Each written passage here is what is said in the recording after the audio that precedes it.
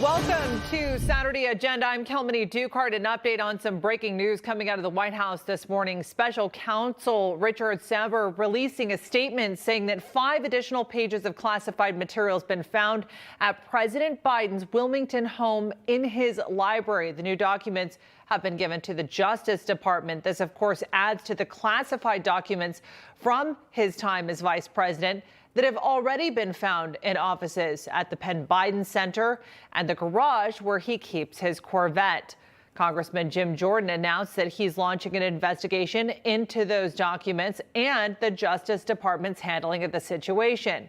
We'll continue, of course, to update the story throughout the day. But for now, let's bring in Congressman Andy Ogles to get his reaction. Congressman, appreciate you being with us. It was a busy week on Capitol Hill. I want to get your reaction to this discovery of documents. Well, it really just speaks to the double standard that we've seen over the years, Republicans versus Democrats. Obviously, there's been a witch hunt after President Trump. And now you have President Biden, then Vice President, having his own confidential records, top secret records in his residence. And mind you, some of them are in his garage next to his Corvette, which is absolutely unacceptable. I want to ask you how difficult it will be now that a special counsel's involved for oversight to be able to do their job. Your colleague, Congressman Jim Jordan, has said that he would like to investigate the matter. We also know that Congressman James Comer, the chairman on the oversight, is also planning to look into this in addition to his investigation on the Biden family. Well, I'll defer to both of the chairmen as to what they think is best for the committees. But I do know that the American people are clamoring for justice. They want to know what really happened. And quite frankly, I think now you see that Biden and Trump's destinies are intertwined here, that if you're going to give Biden a pass, you have to give Trump a pass. And so I think this is one of those lingering problems that Biden's going to have. And quite frankly, I think you're seeing the Democrat Party looking for a way to step away from Biden so they can have a new candidate as we go into 24. How can Congress hold the Justice Department accountable, the FBI? Obviously, there's been reports of political bias in both of those organizations. But how would you compare and contrast, again, what we saw with the documents that were found at Mar-a-Lago, the treatment of the former president, versus what we're seeing now? Well, I mean, it's a stark contrast, right? They raided Mar-a-Lago. They're literally going through Melania's underwear drawer. And now the president's being President Biden, handled with a white glove treatment. And so if you were to apply the two, where are the raids? Where are the subpoenas? Where's the outrage from the Democrat Party that the nation's national security was at risk? That's not happening because now I think this underlines and underscores the fact that everything that happened to Trump was politically motivated and had nothing to do with national security. As we go forward, I think, we set up the select committee to investigate the FBI. I think we start issuing subpoenas, and I think we start issuing subpoenas for records and let the American people judge for themselves. And I'll say, this can't be about retribution, it has to be about justice. And as we move forward, I think we move forward thoughtfully. And Jim Jordan is one of those people that will do so. He's a man of integrity. He loves this country, and he wants what's best for the American people.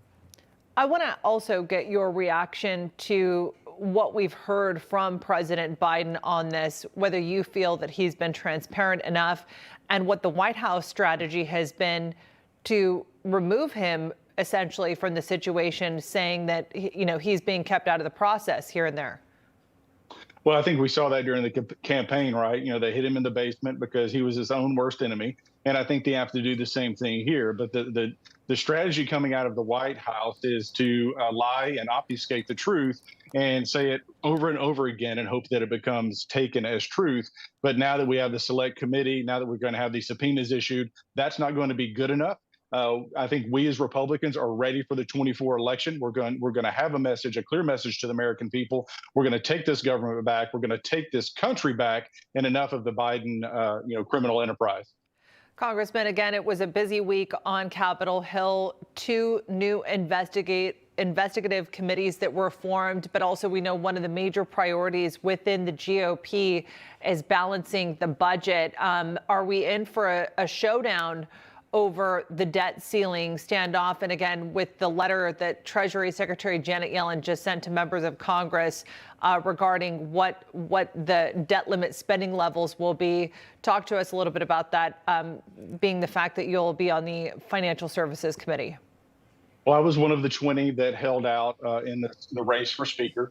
And one of the things we were wanting is mechanisms by which that a rank and file member could fight back against the runaway spending. So now there can't just be another omnibus bill that they cram down our throats. It's no longer pay as you go, but it's cut as you go, cut go as it's called.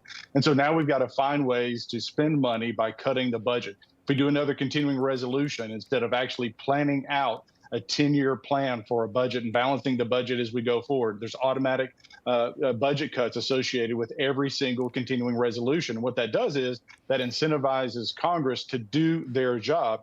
You know, I say this oftentimes, you know, whether it's Monopoly or the game that you would play as a kid, red light, green light.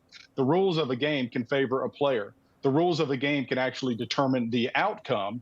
And what's happening or has happened historically in Congress is that the rules were predetermining the outcomes or the spending outcomes. And now, with the rules package that myself and the other 19 fought for, I, as a rank and file member, can offer an amendment on the floor, and I can offer a cut to spending on behalf of the American people.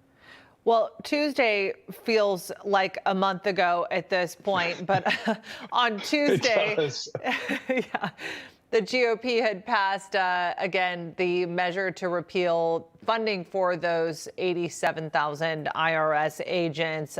We don't expect that to be taken up by the Senate, but we do know that could potentially be leveraged in future negotiations. How do you see that playing out?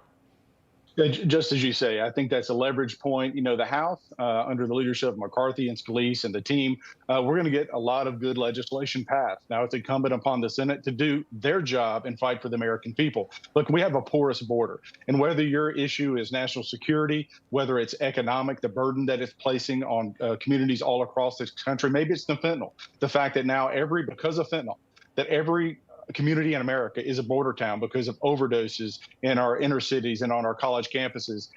Or maybe it's the fact that 60% of the women that cross this border, our southern border, are sexually assaulted. Maybe it's because, in fact, children as young as the age of 4, 60% are sexually assaulted. If that doesn't make you want to puke, if that doesn't make you want to stand up and fight to close that border and protect the children that are victimized, they're passed around, they're victimized. I don't care if you're Republican or Democrat. It's time to close the border, national security, economic, and we have a humanitarian crisis taking place on the southern border. And the Democrat Party has been taking a blind eye to the fact that our women and children, or the women and children across this country, are just victims. Congressman Andy Ogles, we appreciate you being here. Thank you. Thank you for having me.